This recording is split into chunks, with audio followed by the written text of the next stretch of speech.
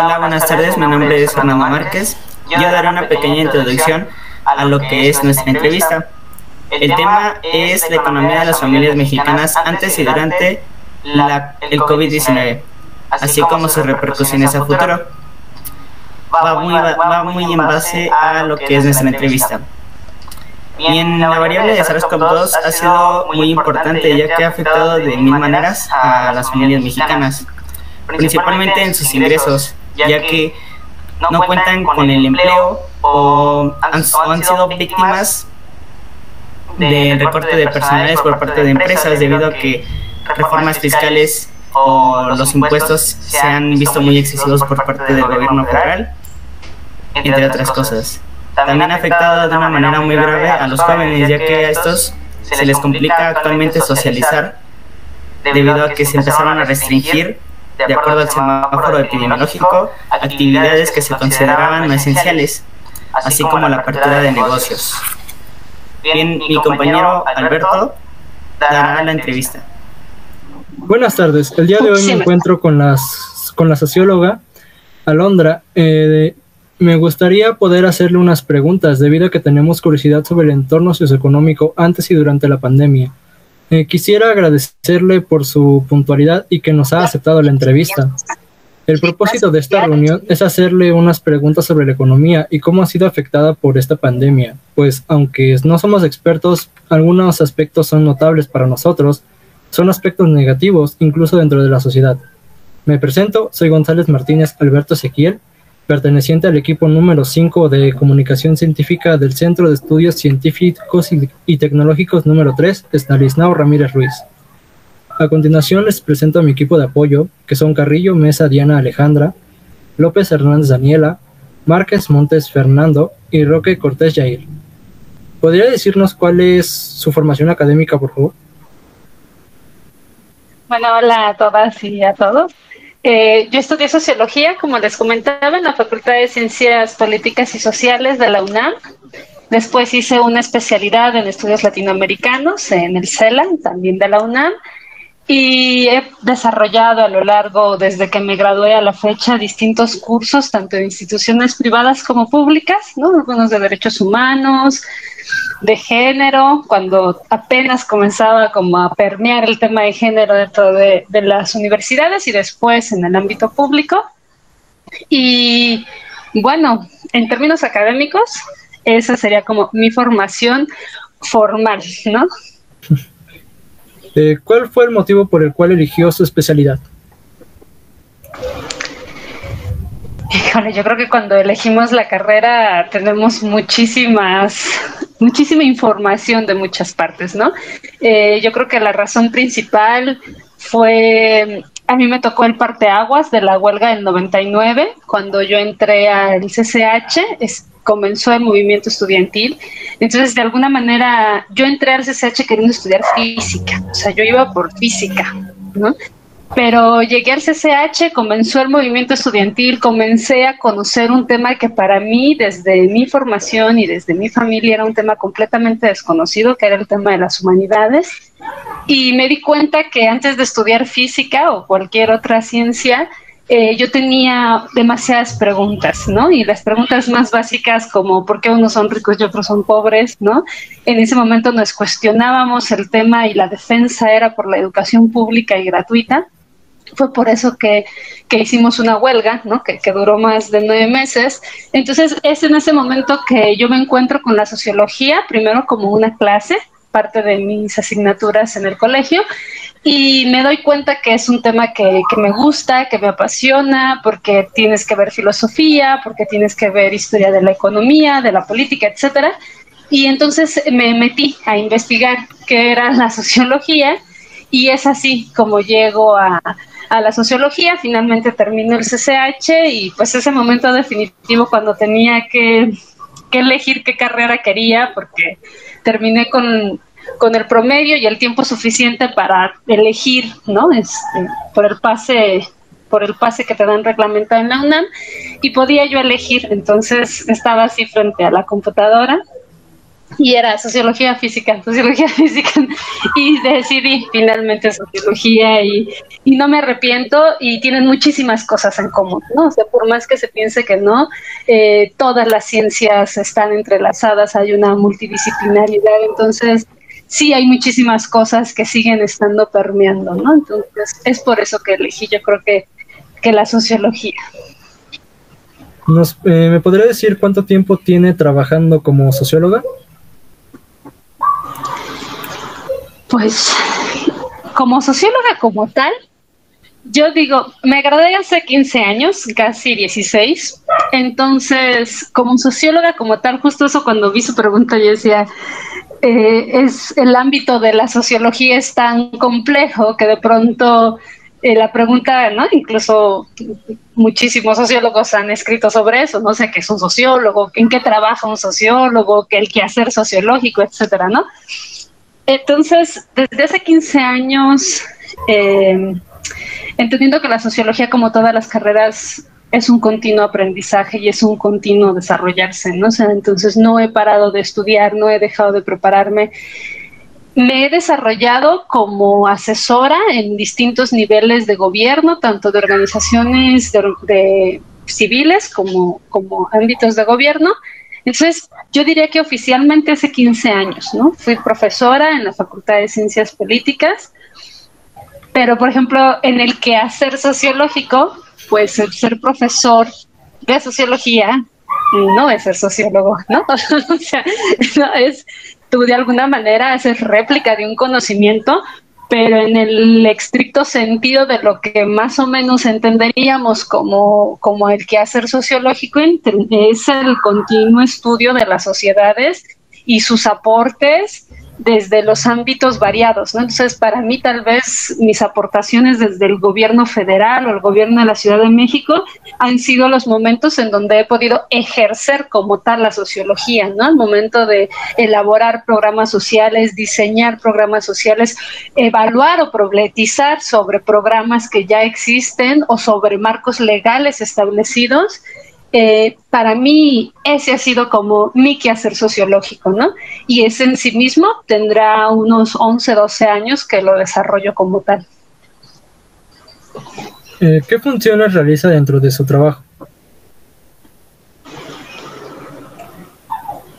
Y esa pregunta, miren, en este momento, y justo tiene que ver con la pandemia y el tema que están investigando, yo dejé un trabajo que tenía en gobierno, estaba en el Instituto de las Mujeres de la Ciudad de México, porque más o menos, ¿no? El quehacer sociológico, cuando comenzamos a hablar de la pandemia, me imaginaba hacia dónde se iba a venir todo el ajuste laboral, y la verdad es que si ya de por sí el trabajo de oficina no es lo mío, no lo iba a hacer, ¿no? Entonces, desde hace 2 años y medio, 3, me desarrolló como consultora independiente, pero tenemos una empresa formal donde nos desarrollamos distintas tareas, y justamente el ámbito en el que me he desarrollado en los últimos 2 años ha sido en investigación económica e inversiones de activos, específicamente de criptomonedas. Entonces, estoy metidísima ahorita en el tema de inversiones en cripto, de análisis de riesgos, de inversiones como tal, y pues mi tarea tiene que ver desde leer todos los indicadores sociales y económicos que se desarrollan para poder generar estrategias de inversión a corto, mediano y largo plazo midiendo riesgos, ¿no? Eso para un sector muy específico que está metido dentro del sistema de las criptomonedas. No sé si han escuchado hablar últimamente mucho de Bitcoin y Ethereum y todos esos, que ustedes, yo sé que como generación lo entienden y lo manejan más, y ustedes son nuestro futuro. Entonces, justo para ustedes es que estamos tratando de que este mundo paralelo en términos económicos se desarrolle, se asiente, y a ustedes les pueda generar una nueva vía de mover la economía para que justamente no nos sucedan los desastres económicos que están sucediendo como ahorita con la pandemia. Entonces, eso es lo que hago. Hoy eso es lo que hago. ¿Cómo podría definir la relación y ambiente de su profesión?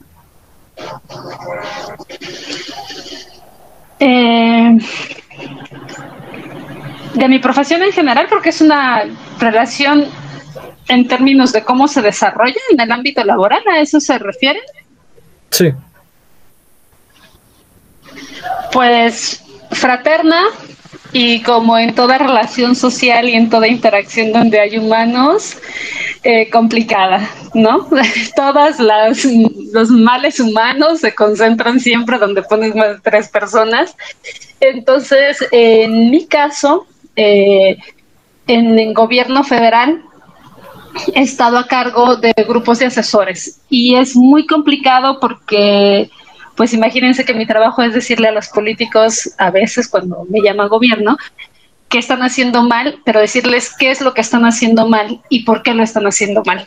Y casi nunca les gusta escuchar eso. Entonces, es muy complejo, es muy complicado, genera emociones muy complejas, también porque es un rollo de género.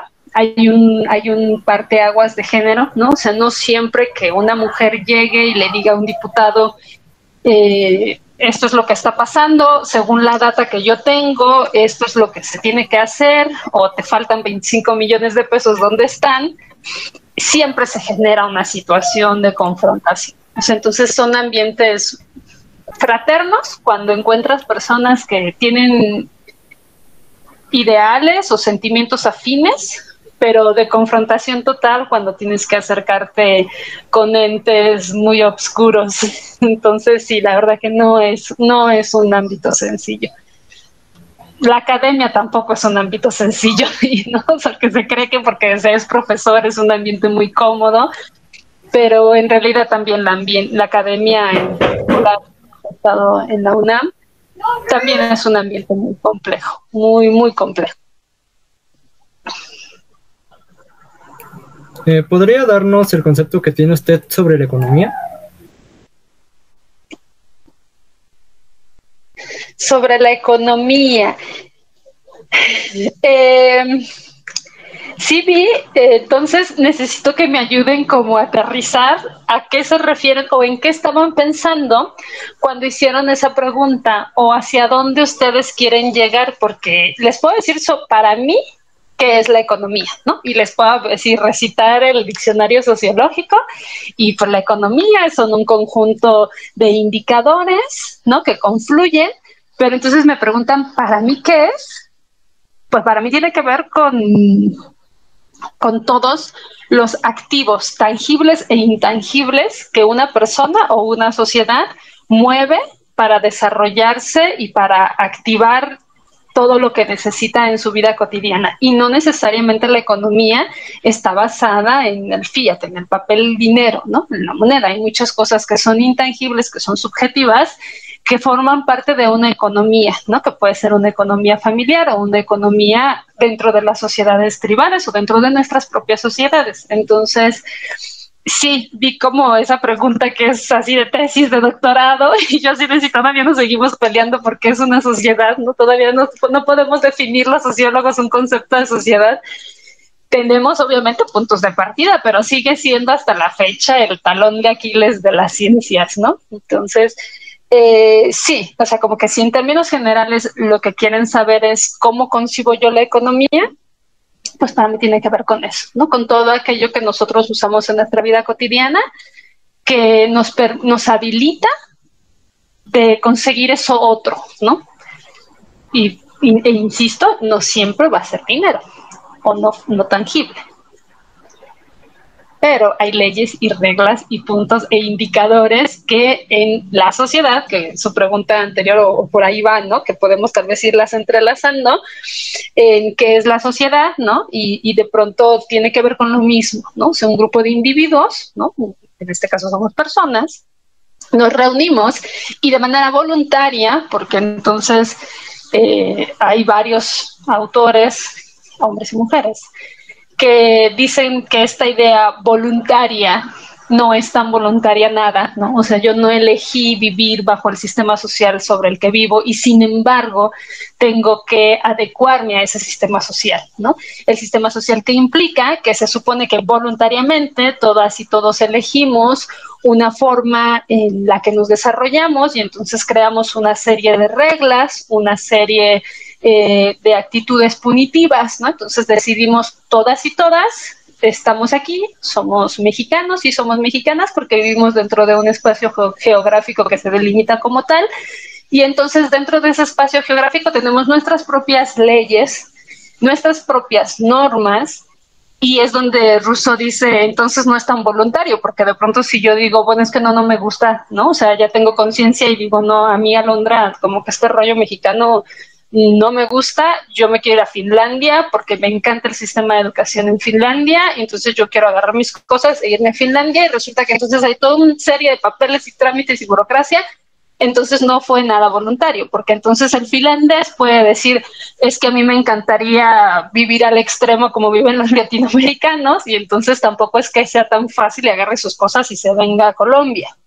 Entonces, ese es el rollo del sistema social, ¿no? Que se supone que creamos una serie de reglas, creamos una serie de normas, y obviamente dentro de esas normas y leyes sociales que creemos, que están las leyes, que son las leyes legales, las que están escritas, tenemos constituciones, tenemos, ¿no?, todo lo que nos crea como un Estado-nación, donde tampoco participamos ninguno de nosotros y de nosotras, ¿no? Porque hasta la fecha en México no hay una constituyente cada año donde nos inviten a votar sobre los artículos que queremos reformar.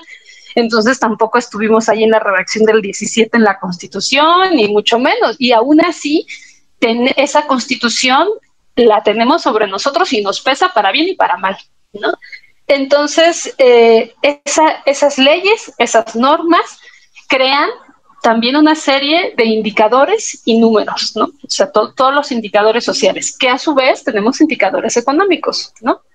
Después, saliendo del primer escenario, vamos a un escenario mundial donde empiezan a compartirse indicadores y comienzan a compartirse reglas, donde entonces vamos midiendo, ¿no? Por ejemplo, en el rollo económico, que es el que a ustedes les interesa, están los indicadores económicos, ¿no? La OCDE, el Fondo Monetario Internacional, la CEPAL, todos estos organismos internacionales se juntan, tienen sus propias agencias, que normalmente son agencias que están alejadas de los gobiernos para supuesta neutralidad, y entonces en esos indicadores económicos nos dicen qué tan bien y qué tan mal estamos como país o como nación en ciertos aspectos, ¿no? Y se mide todo, ¿no? O sea, la CEPAL y el Banco Mundial miden todo, ¿no? Desde indicadores de pobreza, que a su vez se fragmentan, miden indicadores económicos, que también se fragmentan. Entonces, está todo este asunto de la división, de la estratificación, de las clases, de las divisiones, insisto, que tenemos que asumir y que tenemos que vivir sin que necesariamente estemos de acuerdo o no. Y ese es el asunto del contrato social, ¿no? O sea, que hay un contrato voluntario donde todas y todos estamos ahí porque nacimos acá, pero que además tenemos que respetar y además tenemos que seguir, ¿no? A pesar de que pueda ser una cosa que esté perfectamente mal diseñada, planeada, organizada y mucho más, ¿no? Entonces, para mí eso tiene que ver con la sociedad y tiene que ver con los aspectos socioeconómicos, que era la pregunta, ¿no? Que era lo socioeconómico, tiene que ver con eso. Todas las reglas, todos los puntos que se van ligando, y entonces dentro de ese llegar a medir y contar, pues se cuenta el nivel de ingresos, ¿no? Cuánto recibes por lo que haces, y entonces ahí empiezan como este rollo de, tú ganas esto, tienes esta educación, entonces automáticamente te toca estar aquí. Pero tú ganas esto y tienes esta educación, te toca estar acá, ¿no? Y vivimos eternamente confundidos, en particular los latinoamericanos, que nos cuesta muchísimo hablar de dinero, ¿no? O sea, los latinoamericanos en particular tenemos una relación sumamente nociva con el dinero. Nos falta demasiada educación financiera, nos falta desmitificar el dinero, y desde mi perspectiva tiene mucho que ver con el peso de la ideología, sobre todo de la religión católica, ¿no? Porque posiblemente no seamos católicos practicantes, pero somos un país que en su gran mayoría nos ha tocado ceñirnos precisamente a estas reglas no escritas, y resulta que pues casi para todos los católicos los ricos son personas malas, ¿no? O sea, ser rico tiene un asunto de maldad en sí misma, ¿no? Pero si regresamos y vemos por qué, pues eso tiene que ver porque desde que llegaron los españoles, en el proceso de conquista, la idea de la acumulación de la riqueza era específicamente para los españoles, y a todos nosotros, a toda la población indígena, nos meten por día y por noche toda esta idea de la acumulación económica. Es un proceso que creo que hay hasta una frase que dice que más fácil va a pasar un camello por el ojo de una aguja que un millonario o un rico, una cosa así. En cambio, si vemos la sociedad norteamericana, por un ejemplo básico, su relación con el dinero es mucho más líquida, porque desde la parte religiosa, desde la que se construye la gran mayoría, en su código es una deshonra, igual que para los chinos, para muchas otras sociedades, es una deshonra que tú trabajes para otro, es una deshonra que tú seas pobre, ¿no? Entonces hay un chip mental en donde la acumulación de la riqueza se convierte en un proceso de fortalecimiento social, donde hay una comunidad que se permea para ayudarse, como los judíos, ¿no? Como los chinos, para que cada vez sus sistemas de producción interno familiar crezcan, versus sistemas como los que nos impregnan en América Latina, que son, que son todo este tema del aléjate de todo lo que tenga que ver con la acumulación económica, ¿no? Y esta diferencia de clases, y por eso decía, vivimos eternamente confundidos, ¿no? O sea, porque si yo les pregunto a ustedes a qué clase social pertenecen, lo más probable es que la gran mayoría me diga a la clase media, ¿no? Porque nos es muy cómodo decir, pues somos clase media, ¿no? Pobre no, yo no, pobre, como que, porque somos un país eminentemente racista, somos un país eminentemente clasista, pero no nos gusta hablar de racismo, pero no nos gusta hablar de clasismo, ¿no? O sea, racistas, los gringos allá que maltratan mal a los negros o a los indígenas, no, mexicano, yo no, jamás, no, yo racista no, nunca, pero en realidad somos eminentemente racistas, somos una sociedad clasista. Y por clasista me refiero justo a esto, a las diferencias en las clases sociales que no logramos percibir. Entonces, la pregunta más sencilla es, ¿eres dueño de los medios de producción? O sea, si tú eres dueño de la fábrica, si tú eres dueño, o sea, si tú puedes dejar de trabajar el día de hoy y aún así seguir percibiendo dinero, entonces perteneces, o sea, Marx decía, hay dos clases sociales, ¿no? Burgueses y proletarios. Y o eres burgués o eres proletario. El proletario es el que no tiene nada más que su fuerza de trabajo. En la sociedad moderna diríamos, podrás tener un BMW, pero si dejas de trabajar y te quitan el BMW, sigues siendo igual de obrero y proletario que el que trabaja en un McDonald's. Lo que pasa es de que tú crees que perteneces a otra clase social, pero no, sigues perteneciendo a una clase donde los medios de producción no son tuyos. Necesitas que los medios de producción sean tuyos para entonces estar en otra situación social, ¿no?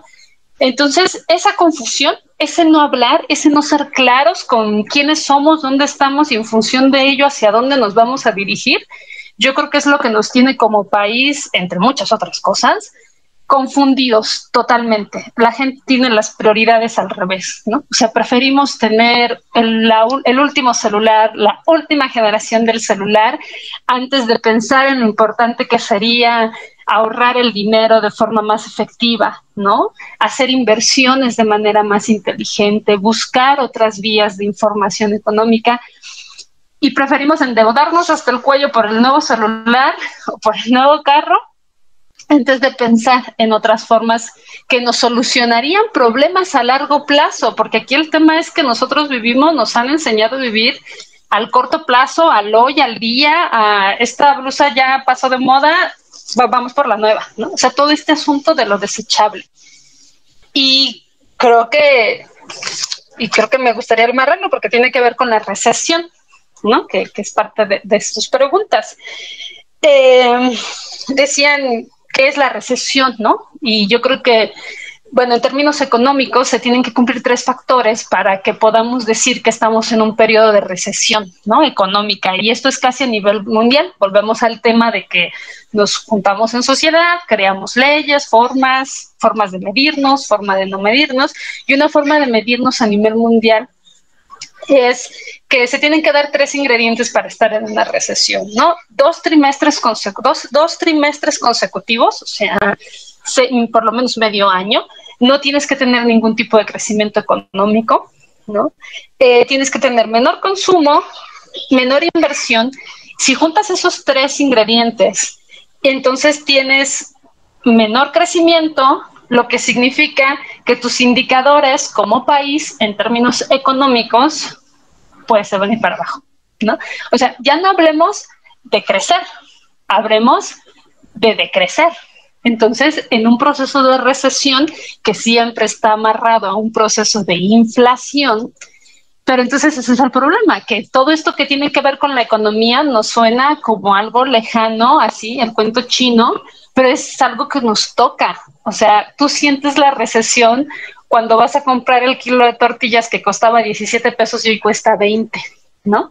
Esa es inflación. O sea, esa es la forma más fácil de decir es inflación. O sea, no es en sí mismo que el peso mexicano se esté... Porque nos suelen decir que todo tiene que ver por el dólar, porque siempre, claro, los mexicanos, ¿quiénes son los malos de la película toda la vida? Pues los gringos, ¿verdad? Ellos son los malos de todo. Nosotros no estamos aquí, no nos tocó nacer aquí, pero no es, el asunto es que hay una moneda que se fortalece versus otra que se debilita. Entonces, tú puedes tener el mismo dinero, pero tu capacidad de compra con esa misma cantidad de dinero va a mermar, ¿no? Y pregúntenles a los venezolanos, que fue un proceso que les pasó, pero resulta que en América Latina somos especialistas en devaluaciones, en inflaciones, en crisis económicas, en caídas, ¿no? Tengo una especialidad, por cierto, no les comenté, en estudios latinoamericanos, no, sí les comenté, ¿verdad? En estudios latinoamericanos, estuve viviendo un tiempo en Bolivia, Argentina, Chile, y es impresionante cómo los latinoamericanos, las latinoamericanas, nos hemos hecho como de la piel tan dura para resistir todas estas caídas económicas. Entonces, ya no es dónde caí, sino dónde va a ser la más fuerte. Nos comentaba un amigo que en los 80, que fue uno de los momentos más duros para la economía argentina, me decía, era una cosa loquísima. O sea, tú puedes llegar, estar en el supermercado y de repente la lata que tenías en la mano anunciaban por el vocero que acababa de bajar el peso o acababa de subir el dólar, como lo quieran ver. Y de repente la misma lata ya no costaba 3 pesos, ahora costaba 15, ¿no? Entonces dejabas la lata donde la habías agarrado. Podías tú andar en el supermercado, o sea, ni siquiera era una cosa. ¿Cómo se dan cuenta ustedes de que el precio de las cosas sube, no? Cuando van y lo compran otra vez y dicen, ay, pero la otra vez compré la leche y me costaba 15 pesos y ahora ya cuesta 20, ¿no? Pero nada ha subido, porque según el gobierno nada ha subido, pero a mí ya no me alcanza para comprar lo mismo. Entonces, eso se llama que sí, tenemos una inflación y tenemos una recesión. Lo que pasa es de que, claro, se necesita mucho valor para que el presidente salga en sus estúpidas mañaneras, borreno de estúpidas, para que salga en sus mañaneras y diga, estamos viviendo un proceso de recesión económica, tenemos niveles de inflación por lo que nunca habíamos tenido en los últimos 9 años y necesitamos hacer ajustes económicos, ¿no? Y no lo va a hacer. O sea, primero hace que lo saquen en la consulta esta antes de llegar a admitir la situación real en la que está el país, porque ustedes me preguntaban cómo afecta, bueno, pero si quieres tú hacer la pregunta, ¿cómo afectó el COVID a la economía en México? Sí, pero primero nos gustaría saber qué es lo que usted sabe sobre la pandemia del COVID-19.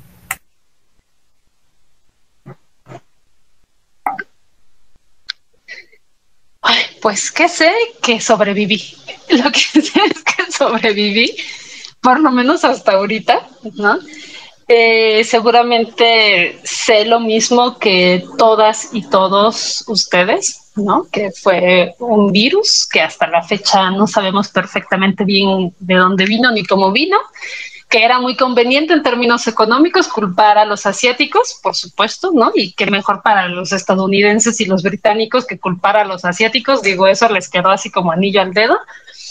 Sé que es un virus, sé que nadie sabe cómo, pero que puede transmitirse por la saliva, pero que resulta que se muere si te lavas las manos con agua y con jabón, pero que resulta que puedes andar caminando y puede llegar así por cualquier lado, y que sé que ha sido el arma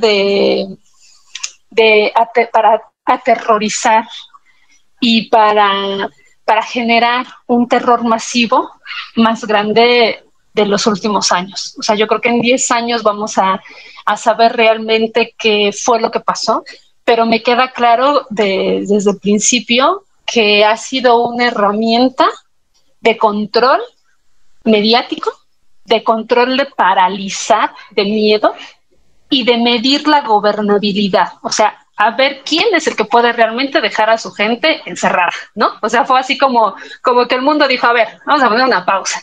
A ver, ¿tienes gobernabilidad? A ver si puedes encerrar a tu gente. A ver, Colombia, a ver, enciérralos. Vamos, México, a ver quién puede, ¿no? A ver quién puede. Entonces, me queda claro que sí, que en efecto, en términos médicos existe una razón, pero en términos sociales, desde donde yo lo miro, me queda claro que ha sido el terror paraliza, el terror te inmoviliza, y no hay nada peor para un ser humano que tener miedo.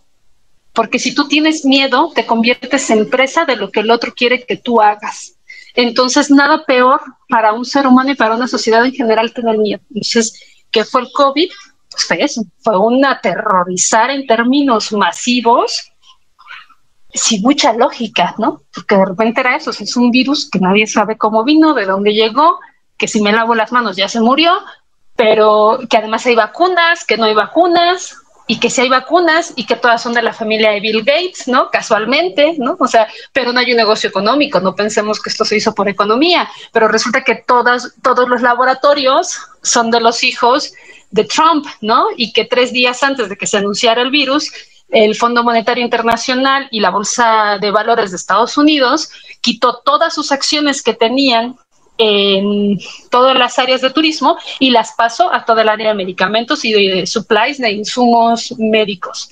Pero no vamos a pensar que se hizo por un rollo económico, ¿no? Entonces, yo creo que todavía faltan muchísimas respuestas, pero también falta todavía seguirnos haciendo muchísimas preguntas. Y pues en términos de eso, yo puedo decir sobreviví porque pasó la pandemia y aquí estoy, ¿no? Se me queda claro que muchas personas fallecieron, algunas específicamente por el virus y muchas otras por complicaciones de enfermedades que tenían previas al virus, ¿no? Y que obviamente con el virus pues se catalizó, se hizo mucho más complejo, pero volvemos a lo mismo, tiene que ver también con un montón de falta de información en términos nutricionales que tenemos como sociedad en términos generales. Eso es lo que sé del COVID y todavía me falta y sigo investigando. ¿Cómo pudo usted ver que el COVID afectó a la economía?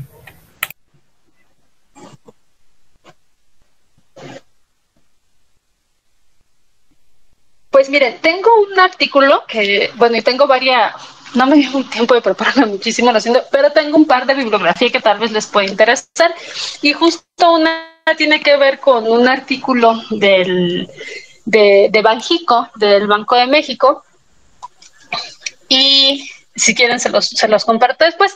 Y justamente el artículo se llama, porque como todo, los impactos económicos de la pandemia en México, así tal cual, ¿no? Y está lleno de indicadores. Se los comparto porque creo que es importante. ¿Cómo afectó?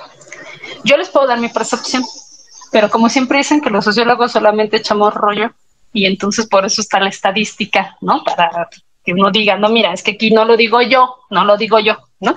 No es que te tenga mala fe, ¿no? Entonces, por ejemplo, en este documento de Gerardo Esquivel del Banxico, menciona que el primer sector que se vio afectado brutalmente fue el sector del turismo, ¿no? Que el turismo, el primer golpe que tuvo fue del 60%. Entonces, si eso nosotros lo desgajamos y suponemos que 6 de cada 10 personas que trabajaban en el sector turístico de repente de la noche a la mañana perdieron su trabajo. Entonces estamos hablando 6 de cada 10 personas. Esas 6 personas de la noche a la mañana dejaron de tener dinero, así, para pronto, ¿no?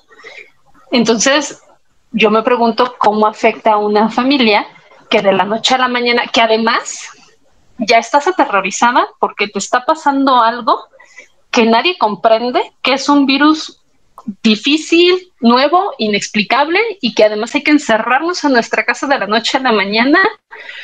Y además, si tu papá, tu mamá, tu hermano o tú trabajabas en el sector turismo, que fue el primero que le pegó, de la noche a la mañana se cierra todo, se acabaron los vuelos, no hay vuelos nacionales, no hay vuelos internacionales.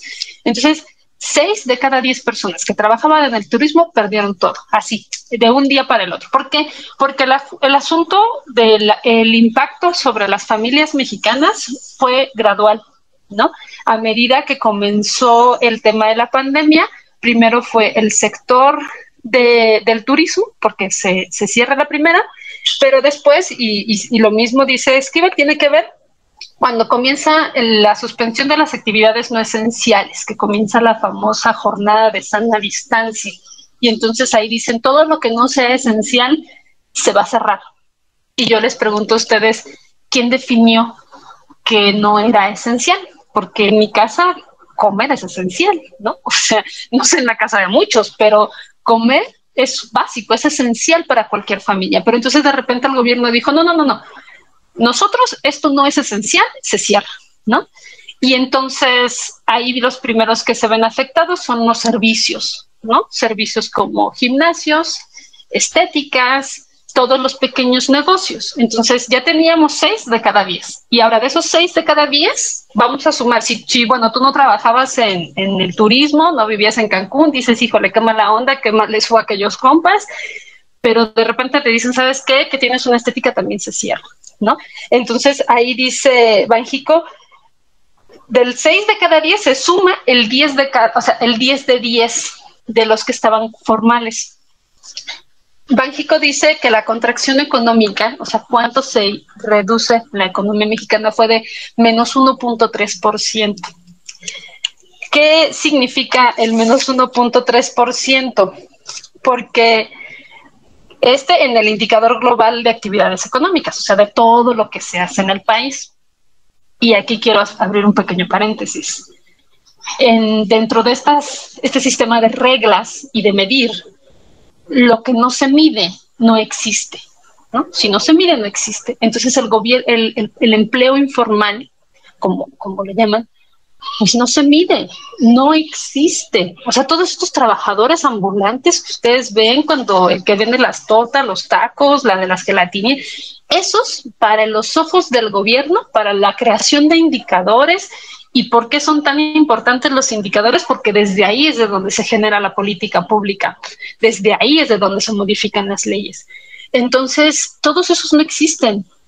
O sea, nosotros los vemos, les compramos gelatinas, ¿no? Alitas picantes, pero para el gobierno no existen, no hay una manera de medirlos, por lo tanto es gente que no existe, por eso están en la informalidad, ¿no? Hay estimaciones, o sea, se estima cuánto pueden dejar de dinero, pero no existen. O sea, en el informe del Banxico, ustedes jamás van a ver, y eso que son las fuentes oficiales, que esto es lo importante de a dónde recurres cuando tomas una fuente. Tienes que ir al papá, ¿no? O sea, el Estado, estos datos me los está dando el Estado, yo no los estoy inventando, o sea, ya están ahí, Banxico ya hizo su informe, y para Banxico no existen todas estas personas. O sea, existía el que trabajaba dentro del hotel, ¿no? Volviendo al tema de los primeros que fueron los 6 de cada 10 que perdieron el empleo. Existía el que trabajaba en el hotel, pero no existían todos los que generaban dinero en torno a ese hotel, ¿no? Los que te venden las artesanías, el agua, toda esta gente que genera sus propios ingresos. Todos esos no existen. Entonces, esos 6 dejaron de tener. Pero esos 6, a su vez, ¿cuántos puestecitos ustedes creen que hay alrededor de cada hotel, ¿no? O de cada centro turístico, que no se cuentan? Entonces, todas esas son las personas que nos tenemos que imaginar, ¿no? Porque para el gobierno no existen, ningún número como tal no existen. Ellos dicen, y aún así esos números no son alentadores, ellos dicen que en el momento más álgido de la pandemia estuvimos 17.3% por debajo. Para que se den una idea, Cuando México crece 1 punto en el indicador económico, uno, cualquier presidente dice, ya la hice. No, crecí 1 punto, ya me voy, ¿no? Crecí 2, no, hombre, súper presidentazo. Entonces, imagínense, si para ellos crecer 1 punto es algo glorioso, imagínense caer 17, ¿no? Durante la pandemia caímos 17.3%, o sea, 17.3%, y ellos creen que en el peor momento de la pandemia, según este informe del Banxico que se hizo en julio del 2020, ellos creen que la contracción más fuerte va a ser del 22.7%. En su mejor escenario, ellos creen que para el 2022 podemos regresar a los indicadores que teníamos antes de la pandemia.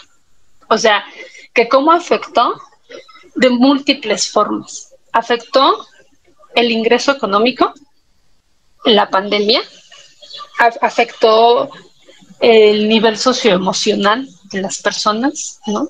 Nos afectó de muchas formas diferentes y ninguno vamos a ser los mismos que éramos antes de que todo esto comenzara. Ninguno y ninguna. No, ni siquiera nos lo podríamos plantear. No hay una vuelta atrás. No podemos ser los mismos, ¿no? Ni las mismas. Y lo que es más, no deberíamos de ser las mismas y los mismos, porque todas y todos hemos vivido una situación que a todas y a todos nos ha afectado y nos ha tocado. Entonces, en términos económicos, hablando desde el Banxico, por supuesto que ha afectado, y en el mismo Banxico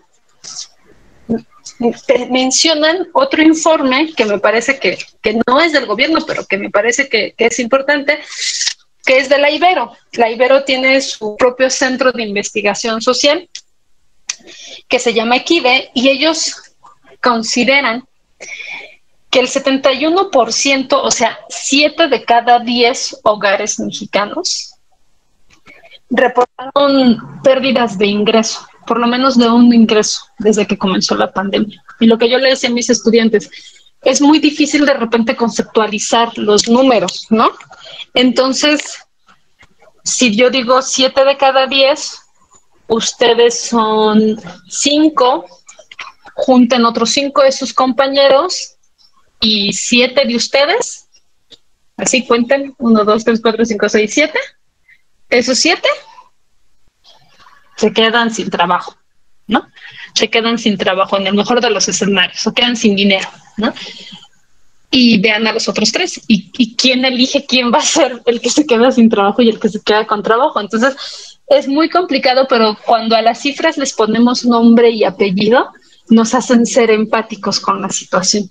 Entonces, ellos dicen que 7 de cada 10 reportaron pérdidas en ingresos, y que el 40%, o sea, 4 de cada 10 hogares, reportaron reducción en los ingresos.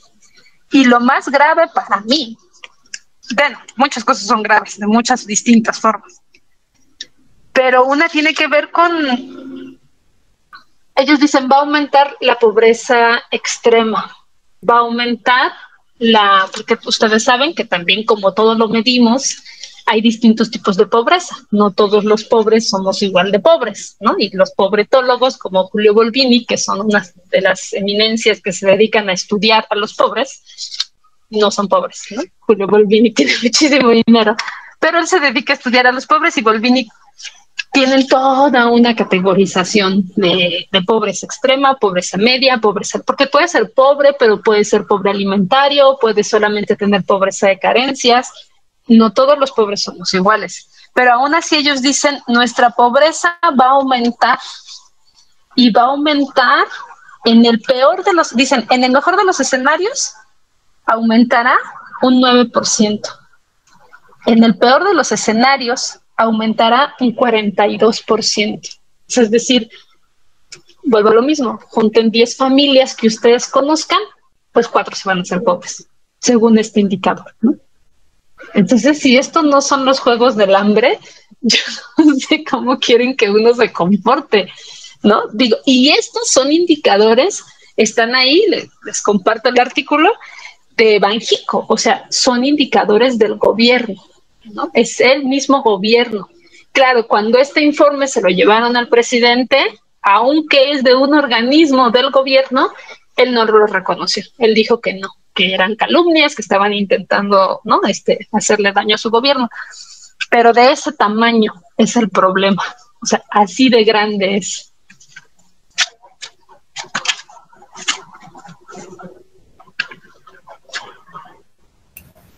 Personalmente, ¿su familia sufrió algún estado económico durante la pandemia?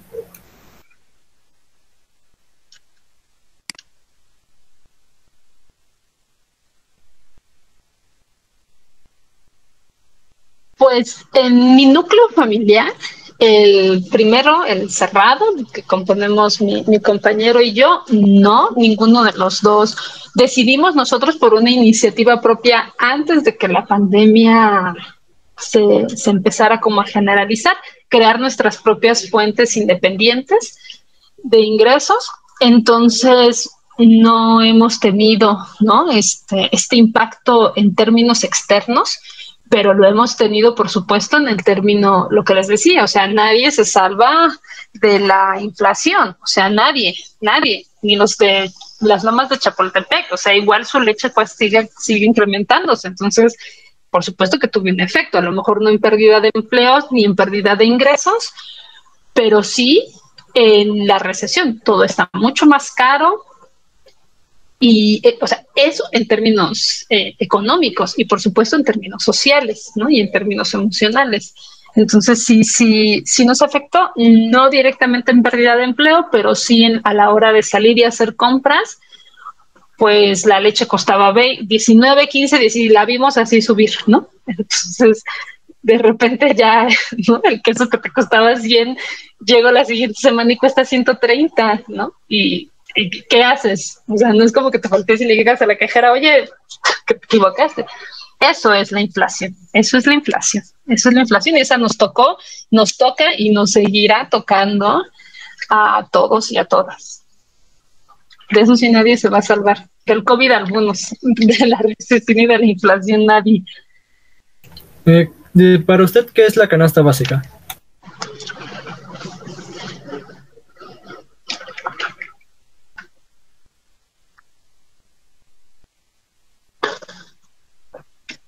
Bueno, de la canasta básica tenemos la definición en términos sociales, ¿no? Volvemos al tema de que yo no la elegí, ¿no?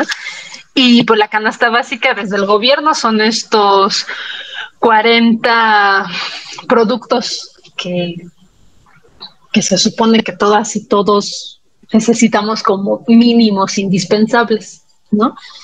Entonces, pues no, o sea, me supongo que no sé si la han revisado, si no, pues se las comparto, y si no está en la página del gobierno, canasta básica, está el maíz, frijol, arroz, ¿no? Y para mí, desde mi nivel de consumo, pues esta canasta básica no me representa, pues, casi en lo más mínimo, ¿no? Porque además algo que hemos discutido mucho en muchos ámbitos, desde la creación justamente de política pública, es que puede ser que tú tengas como estos precios de canasta básica como gobierno, pero los frijoles no se hacen solos, ¿no? O sea, de nada me sirve que me des una bolsa de frijoles, porque ¿con qué la voy a cocinar? O sea, ¿dónde está el gas? Pero además para que tenga gas, pues necesito tener una estufa, ¿no? Y necesito tener una olla. Entonces, me puedes dar la bolsa de frijoles, pero los frijoles no se hacen solos. Entonces, durante mucho tiempo se ha peleado que la canasta básica pues, no sea tan básica, ¿no? O sea, que incluya un mínimo indispensable. Porque entonces, por ejemplo, tienen atún, sardina, avena, pasta en sopa y volvemos a lo mismo. O sea, ustedes no se han visto estas cajitas del gobierno que da, ¿no? Con la canasta básica. Pues sí, pero la sopita que viene ahí o las lentejas no se hacen solas, ¿no? Entonces, países, por ejemplo, como Bolivia, han incluido dentro de su canasta básica, de su servicio mínimo básico indispensable, cosas como el agua, el internet, la luz, ¿no? Porque, ¿no? El gas, ¿no? O sea, es decir, todas esas cosas, de alguna manera se supone, cuando tú dices que es lo básico como gobierno, proteges el precio de esas cosas, ¿no? Proteges que la gente tenga acceso a esas cosas. Entonces Bolivia entendió que la gente ahora necesita como una cosa básica, ¿no? Entonces el Internet... Perdón que la interrumpa, es que nuestra reunión va a finalizar, entonces volvemos a entrar, por favor. ¿Cuáles serían las acciones que implementaría usted para vencer la caída económica actualmente en México? Primero cambiaría todo el gabinete presidencial, por supuesto. A todos, empezando por el presidente, por supuesto. Porque lo más irónico es que yo no sé, y miren que lo que voy a decir puede generar así un montón de rispideces, pero yo no sé si con un gobierno eminentemente neoliberal la caída podría haber sido menos drástica. ¿Por qué? Porque ¿qué es lo primero que hubiera hecho Felipe Calderón o Peña Nieto? Correr así al Fondo Monetario Internacional a decirle préstame dinero porque necesito dinero para que mi gente no se vaya en estos 20 tantos puntos de picada, ¿no? Y el Fondo Monetario le hubiera dicho, claro que sí, toma, ¿cuántos millones necesitas? Me los pagas en cientos de millones de años. Pero este gobierno no lo quiso hacer porque dijo, no vamos a aumentar la deuda pública. Entonces, de cualquier forma, nosotros seguimos pagando la deuda externa con Estados Unidos. Cada uno de ustedes cuando cumple 18 años, ahora ya el SAT dijo que obligatoriamente va a tener que sacar su RFC y no sé qué. Entonces ya, o sea, se estima que cada mexicano y mexicana al nacer, solo por el hecho de nacer en México, ya debe un aproximado de 30,000 pesos, ¿no? Mexicanos, que van incrementando según la inflación. Pero entonces, para cuando tienes 18, ya le debes a Estados Unidos, solo por el hecho de ser mexicano, de la deuda externa bruta, más o menos unos 200 o 300,000 pesos. Solo por ser mexicana. Entonces, yo lo primero que haría sería cambiar al gobierno, que lo ha hecho tremendamente mal desde todos los escenarios, porque en otros escenarios, no pedir dinero prestado al Fondo Monetario Internacional se veía como un acto de casi heroísmo nacional. Pero en este momento, si de por sí ya les debemos un montón de dinero, deberles un poquito más, pero que eso significara que nuestras familias no se iban a ir a pique, yo creo que valía la pena el riesgo. Entonces, primero cambiaría, por supuesto, al presidente y a todo su gabinete, en particular al secretario de Relaciones Exteriores, al secretario de Gobernación, porque pusieron a Sánchez Cordero, pero solamente la pusieron ahí como por la cuota de género, nunca la dejaron tomar decisiones reales. Entonces eso sería lo primero que haría. ¿Por qué? Porque de alguna manera eso nos permitiría tener, o sea, lo malo de este gobierno, en muchas cosas que tiene malas, pero todos los gobiernos los tienen, no es que solamente este lo tenga, es que no escucha crítica. Cualquier cosa que genere, que pueda sonar a crítica, se convierte luego en un señalamiento, ¿no? Ah, seguramente a ti te paga Calderón, es que es un conservador, es de ultraderecha, no, o sea, seguramente es amigo de Peña Nieto, no, seguramente la gente de Calderón le pagó la carrera, por eso dice eso. Es decir, convirtieron a México antes de la pandemia en una, o sea, si ya éramos clasistas, racistas, nos hicieron dividirnos todavía más, dividirnos en nuestros propios núcleos familiares, ¿no? O sea, era o estás con Morena y Andrés Manuel o estás del otro lado, ¿no? Y entonces ponerte a discutir con alguien que fuera partidario del ejercicio de gobierno, o sea, partidario de Morena o del presidente, era como hablar con un testigo de Jehová, con todo el respeto que le tengo a los testigos de Jehová, porque nadie más fervio en sus creencias que los testigos de Jehová. Entonces, era como ponerte a discutir con alguien sobre religión, cuando la política no es una religión, ¿no? La política se basa en hechos y acciones concretas justo que se miden. Entonces, convirtieron a México en un campo de batalla innecesario, desde mi perspectiva, y luego nos llega la pandemia, a un México dividido, a un México fragmentado, y lo único que hizo fue polarizarlo mucho más, ¿no? Porque como siempre dicen, no hay peor ciego que el que no quiere ver, ¿no? y las malas aplicaciones, por ejemplo, el uso de vacunas, la concentración, los programas de vacunación, o sea, se podrían haber hecho de otra forma. Y me consta que desde muchas esferas se ha intentado decir que se haga de otra forma. Y es tan soberbio y tan arrogante nuestro presidente, porque por lo menos Peña Nieto era inepto en algunas áreas, era incapaz, pero él sabía que era incapaz y que era inepto. Y entonces pagaba millonadas a los servicios de asesorías e inteligencia, pero por lo menos los tenía. Por lo menos le había un guión y le decían, sal y di esto, ¿no? Y si no sabes, pues di cualquier cosa y desaparece. Pero el problema de este ejercicio de gobierno es que son arrogantes y no hay nada peor que sumar la arrogancia y la ignorancia, porque entonces tienes gente arrogante, pero tienes gente ignorante. Y entonces si tú los juntas, es como la bomba perfecta. Entonces yo cambiaría el ejercicio de gobierno porque desde ahí se toman la mayoría de las decisiones, abriría las vacunas, permitiría la compra y venta de vacunas, por supuesto, porque está perfecto, ¿no? Que tú te puedas ir a formar 4,000 horas para que te vacunen, pero también se vale que aquellos quienes han trabajado, ¿no? Y tienen sus propios ingresos, porque para ellos su salud es una prioridad y quieren ir y pagar y ponerse la vacuna, pues habría chance, ¿no? Porque sí, porque nunca cerró Electra. Durante toda la pandemia fue el caso. Electra jamás cerró y Electra no vende para nada artículos de primer nivel, ¿no? Y jamás cerraron Electra. Entonces, sí te puedes ir a comprar una pantalla, pero no te puedes ir a poner una vacuna. O sea, qué ilógico, ¿no? Entonces, yo permitiría la libre venta de vacunas, por supuesto, y eso como en una primera instancia. Y por supuesto que de la recuperación económica, bueno, opciones, 1000, ¿no? Pero lo primero que haría sería dejar de confundir a la gente con los programas sociales, pensando que porque reciben una bequita, porque reciben una canastita, porque no sé qué, van a resolver, porque eso no resuelve. Los programas sociales que dan no sirven para nada. Cuando yo entré al gobierno en asesores, lo primero que les dije es, ¿quieren que esto funcione? Quiten todos los programas de becas. Claro, no les gustó y me mandaron a otra área, pero les di el sustento de por qué era importante quitar todo el tema de becas, ¿no? Porque las becas, lejos de fortalecer a un sector de la población, lo que haces es hacerlo codependiente, ¿no? ¿Y qué es lo que estás generando? Pues una base, ¿no? Una base que son, por supuesto, los que te van a defender a cuello y espada, porque ¿quiénes eran los primeros que salían a defender a Andrés Manuel por sobre su propia vida?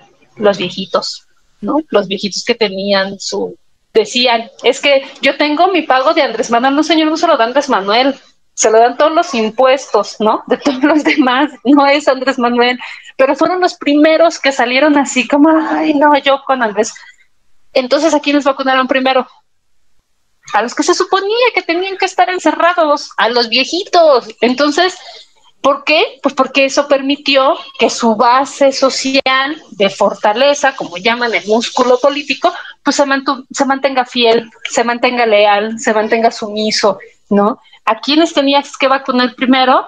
A toda tu población económicamente activa, a todos los que no contamos, a todos los que no estamos en ese informe del Banjico, pero que tenemos que seguir trabajando, que tenemos que reinventarnos para ver cómo demonios íbamos a salir de esta pandemia. O sea, todos los que no sabían usar un teléfono y de la noche a la mañana se convirtieron en repartidores de Didi, ¿no? Y se convirtieron en repartidores de no sé qué y empezaron a vender desde su casa y abrieron Facebook y empezaron a vender cuánta cosa se les ocurrió y pudieron hacer. Pues todas esas personas que se tenían que seguir moviendo, desde mi perspectiva, eran las primeras que tenían que haber vacunado, ¿no? A las primeras, porque era una población que tenía que salir, porque si no salía a trabajar, no comía, punto y sencillo, ¿no? Pero entonces, primero vacunó a todos los viejitos, ¿no? Y luego vacunó a todos los burócratas, ¿no? Vacunan a todas las maestras y luego, ¿qué dicen las maestras? No, no vamos a regresar, no, es muy peligroso, yo, ¿cómo voy a regresar? Y yo digo, si ya sabían que no iban a regresar, ¿por qué no nos donaron su vacuna? O sea, ¿por qué no dijeron, bueno, pues que vacunen a los papás y a las mamitas y a los papitos de los niñitos que se están aventando todos los días encerrados con ellos? Yo tengo 3 niños pequeñitos. Entonces yo le dije a las maestras, nunca jamás en su vida me pidan algo. O sea, mi apoyo con ustedes se terminó. O sea, mi apoyo al magisterio se acabó porque se notó lo egoístas que son, porque empezó la pandemia así, ¿no? Todos somos unidos, todo México, hay que ayudarnos, todos cooperemos, todos, ¿no? Le pagué a la señora de la limpieza, le pagué a fulanito, le pagué a menganito. 3 meses después, estos fueron los Juegos del Hambre, ¿no? Esto fue cada quien rásquese como pueda y a ver cómo le hace. Y hoy estamos en eso maximizado, ¿no?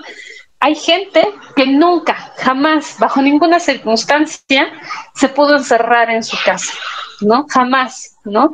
Los taxistas, las personas de limpieza, muchísimas personas, aunque se quedaran sin trabajo, no se pudo, o sea, quedarte encerrada en tu casa en la pandemia, en un país como México, fue un tema de lujo, ¿no? ¿Quién tiene el lujo de vivir en una casa donde viven 5 o 6 personas, que éramos perfectos desconocidos porque nos veíamos muy bonitos los fines de semana, pero de repente estamos todos juntos en la misma mesa, ¿no? Y cuando digo lo del Banco Internacional, ir a pedirle un poquito de dinero al Fondo Monetario, que de por sí ya le debemos un montón, era, ustedes están en su casa, ¿qué hacen? ¿Comen más? ¿Van más al baño? ¿No? ¿Gastan más luz? ¿Gastan internet? ¿No? Entonces, para todas sus familias, el que ustedes estén en sus casas todos los días les genera gastos así de dinero, tangibles, concretos, ¿no? Entonces, todo ese gasto fue como invisible. Y mi pregunta es, ¿dónde está todo ese dinero? Porque la SEP y donde ustedes estudian, tiene un presupuesto que es anual, que está etiquetado, o sea, que nada ni nadie lo puede tocar y que dice, este gasto es para el CECITEM, este gasto es para... O sea, ese dinero ya se lo entregaron así a su directora. Y mi pregunta es, ¿y dónde está ese dinero? Porque pues no han pagado luz, no han pagado internet, o sea, hay un montón de gastos que le corresponden al Estado que no ha cubierto. ¿Y quiénes los han cubierto? Sus papás y sus mamás o las personas con las que vivan, o en su caso ustedes, y son ustedes responsables económicamente de ustedes. Entonces todo eso no aparece en el informe del Banjico, ¿no? Y muchos sociólogos firmamos una carta diciendo, si realmente el derecho a la educación es gratuito y básico, pues que abran el internet. Y se exigió al principio de la pandemia que se abriera la red de internet para que todos los chavos y chavas tuvieran derecho a tener internet. Y miren, ya no estamos hablando de tener celular o computadora, simplemente por lo menos de tener internet. ¿Y cuál fue la respuesta? No. Entonces, todas esas cosas, yo sí espero que ustedes como generación las puedan ver, las puedan entender, las puedan visibilizar y las puedan transformar en acciones concretas a la hora, porque pronto les van a pedir su voto, claro, ¿no? De pronto ustedes son los que van a salir a votar y van a salir a votar en masa, porque son un montón, ¿no? Pero son un montón de desempleados previos, ¿no? O sea, porque eso es lo que les espera, lamentablemente, o sea, una masa de desempleo brutal, ¿no? Una falta de carencias de servicios, de pensiones, de etcétera. Entonces, pero cuando les pidan su voto, ¿no? O cuando les pidan que participen, entonces ahí sí, ¿no? Les van a ofrecer villas y castillas. Entonces, yo creo que para concluir, si me parece que ya estamos, ¿verdad?, en la última, pues va por ahí, ¿no? Que sean reflexivos, que nunca dejen de cuestionarse. Tienen una maravillosa herramienta que es el internet, si la saben utilizar para su consumo propio de aprendizaje, ¿no? Y creo que si algo nos enseñó la pandemia es que somos mucho más fuertes. No me gusta el concepto de la resiliencia en las personas, pero creo que somos mucho más fuertes y adaptables de lo que parecía que éramos. Entonces creo que ese es así como uno de los grandes mensajes que nos llevamos, ¿no? Que sí podemos reaprender, que podemos reapropiarnos, y ahora lo que nos toca, creo, es comenzar a reconstruir desde nuestras comunidades otra forma distinta, justamente, regreso al principio, de cómo hacer y de cómo construir sociedad. Eso, o sea, las leyes que estaban ya no nos identifican, ya no nos dicen nada, ¿no? Afortunadamente, el haber vivido la pandemia nos enseñó que si ya era caduco ese marco legal, a ustedes se lo van a pasar así, miren, por encima, así, por encimita, que las formas tradicionales de hacer política para ustedes, bueno, espero que se sienten y que les dé risa, ¿no? Y que hagan millones de memes como los que hacen cada que hay una campaña política, porque esa es la manera en la que también ellos se den cuenta que tienen que generar una nueva clase política, ¿no? Porque la que está vieja, está ausente, y qué mejor que ustedes. O sea, ustedes son la generación que viene con todo ese empuje, que viene con un montón de información. Ustedes, yo no les tengo que contar cómo es la educación en Finlandia.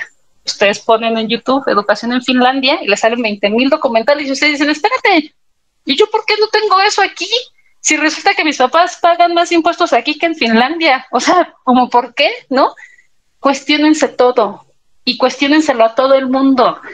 Claro, sus papás se van a enojar, pero no importa, no dejen de preguntar, de hacer ruido, de decir lo que opinan. Si quieren que les digan ella, ustedes, ese es su derecho, ¿no? Y yo creo que muchas generaciones hemos luchado para que ustedes tengan ese derecho, el derecho de los hombres, de las mujeres o de las personas del sexo que se autodeterminen, de decir, este soy yo y así quiero que me representen y así quiero que me respeten, ¿no? Porque no son la generación de cristal. A mí me choca que digan, es que la generación de cristal, ¿no?, que se queja de todo. No, la generación de cristal son esos viejos que están ahorita en el poder, que esos sí se quejan por todo, porque que las mujeres, digamos, no es normal que nos maten, no es normal que nos desaparezcan, no es normal que nos violen, que la comunidad LGBT diga, quiero que me reconozcan, quiero que me nombren, quiero que me digan, que los hombres digan, yo ya no quiero ser un machirrín, no quiero ser educado bajo la cultura del machismo. Eso a ellos les incomoda. Entonces realmente la generación de cristal son ellos. Ustedes son la generación que está llegando a decir, tú lo normalizaste, tú como generación vieja lo normalizaste y mi mamá se tuvo que quedar callada ante la violencia económica, ante la violencia física, pero yo ya no me voy a quedar callado, porque eso no está bien ni aquí ni en China. Entonces ustedes son esa generación. Yo confío mucho en ustedes. Y desde donde esté siempre les voy a estar mandando todo mi apoyo y por supuesto seguir abriendo las brechas para que ustedes puedan seguir caminando y de alguna manera reconfigurando esta sociedad a la que ustedes se merecen, porque ustedes se merecen una gran sociedad. Entonces, sí, que no los espanten los indicadores socioeconómicos y el salario mínimo, que es bajísimo. Él estaba revisando 141 pesos con 70 centavos. Díganme para qué les alcanza, ni para una recarga de celular, ¿no? No. Pero sí. Así yo, muchachos y muchachas.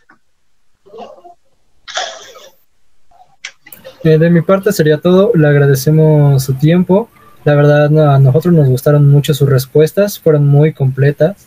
La verdad nos ayudó a retroalimentar mucho sobre el tema. Le agradecemos todo tu tiempo que nos prestó y esta entrevista. No sé si mis compañeros gusten agregar algo más. Sí, igual lo mismo que mi compañero. Sus respuestas fueron muy, muy buenas. Nos sirvieron para retroalimentar muchas cosas. Incluso obtuvo cifras más precisas que las nuestras. Y eso nos fascinó, nos encantó la forma en la que nos contó y desarrolló cada una de las preguntas, incluso sin que se las preguntara explícitamente mi compañero. Fue sorprendente. Nos encantó y muchas gracias. No, ya, en otro momento, y eso que no me preparé, pero podremos tener algo con mayor preparación. Pero les decía, además de ser multitask, ¿no? Multifunciones, pero no dejen de investigar, chicos, sobre el Bitcoin, sobre las criptomonedas. Si no saben, métanse a internet o mándenme un mensaje y pregúntenme, porque es algo que creo que a ustedes como generación les deberían de estar dando el derecho de tener esa información. Estoy escribiendo un libro y cuando lo termine se los pienso enviar. Es algo para niños y niñas, pero se llama Del cacao al Bitcoin y justo tiene que ver con esta educación financiera que nos hace falta y que yo sí espero que ustedes puedan tenerla, porque es es el futuro del dinero, ¿no? O sea, hacia allá se va a mover nuestro sistema económico, hacia allá ya se está moviendo, pero nuevamente los malos políticos que tenemos nos van a dejar así, hasta el final y atrás. Entonces ustedes tienen la gran posibilidad de darle vuelta a eso, de investigar por su propia cuenta, de meterse y de capitalizar, y de si tienen 10, 15, 20 pesos, en lugar de gastárselos en su recarga telefónica, los inviertan en criptomonedas. No se van a arrepentir, chicos, se los aseguro. Sí, nos parece muy, muy importante. Incluso esa parte de la educación financiera en México es algo muy, muy delicado a la vez y algo que no se suele tocar incluso desde los padres a los hijos. Y pues más que nada porque muchas de las veces los padres no cuentan con esa educación financiera tampoco. Pero pues como usted dice, nosotros somos el futuro, ¿no? Sí, porque cuando ustedes rompan esa barrera, no le tengan miedo al dinero. Miren, Marx decía que el dinero es una cosa que está a nuestro servicio. No nosotros estamos al servicio de esa cosa, ¿no? Y el problema del sistema capitalista es que nos ha hecho creer que los humanos estamos al servicio del dinero. Y en realidad es al revés. El dinero, que es una cosa, está a nuestro servicio. Y lo primero, como todo en esta vida, es no tenerle miedo, ¿no?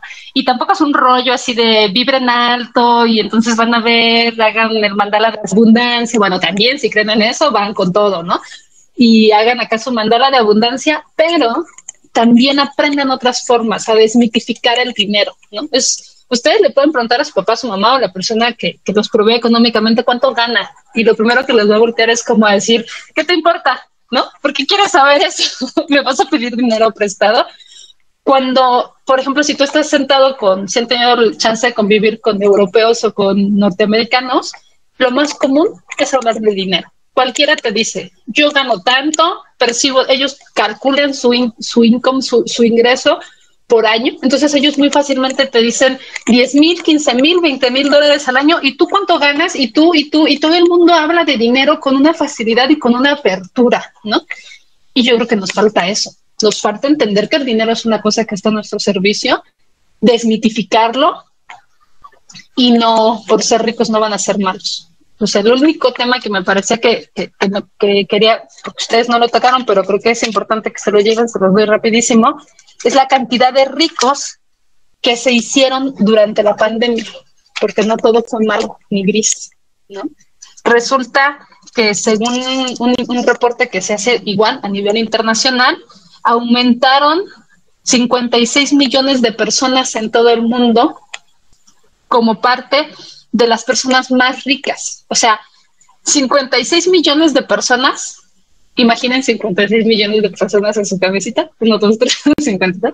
Bueno, 56 millones de personas en todo el mundo se hicieron 5,2 billones más ricas durante la época de la pandemia. O sea, estamos hablando que el tema de la distancia y la brecha social se va a abrir cada vez más y más y más y más, y la distancia entre ricos y pobres, que son las únicas dos clases sociales que creemos que eran las que existían, cada vez va a ser más grande. Entonces, no todo fue malo, ¿no? En México se crearon más de 86 millonarios durante la pandemia. Entonces, no a todos les fue tan mal, ¿no? Les dejo el dato para que también lo reflexionen, ¿no? O sea, si es cierto, fue pésimo, a todo el mundo le fue a la fregada, pero ¿y qué pasa con todos esos que les fue de maravilla? ¿Por qué les fue de maravilla, no? Y aquí no tiene la culpa Jeff Bezos, ni Elon Musk, que es un maldito, ni no. O sea, véanlo con más amplitud, ¿no? Entonces solo les dejo el dato, 56 millones de personas en el mundo se hicieron más ricas, y México fue de los países que más ricos aportó a esa lista. Entonces, tan mal no le fue a todos los mexicanos, ¿no? Así que, para que no les cuenten. Sí es. Pero bueno, hasta ahí yo. Sí. Bueno, muchas gracias por su tiempo y pues no sé qué decir, estoy sin palabras, estoy estupefacto.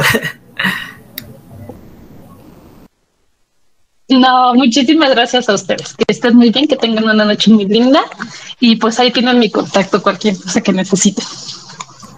Gracias, buenas noches. Luego. Gracias, buenas noches. Los dos sus apellidos, González, Márquez, Carrillo y López. Cuídense mucho. Hasta luego. En conclusión, de todo esto podemos destacar las diversas acciones que nuestra entrevistada quisiera realizar, para así poder obtener un cambio positivo, verdadero y estable. Ella mantiene la postura de que lo mejor sería quitar algunos apoyos relativamente beneficiarios para la población, puesto que de ellos se crea una base de dependencia, lo que hace que la gente lo requiera como algo indispensable, y aunque serían medidas drásticas, sería la mejor solución para ver una mejora.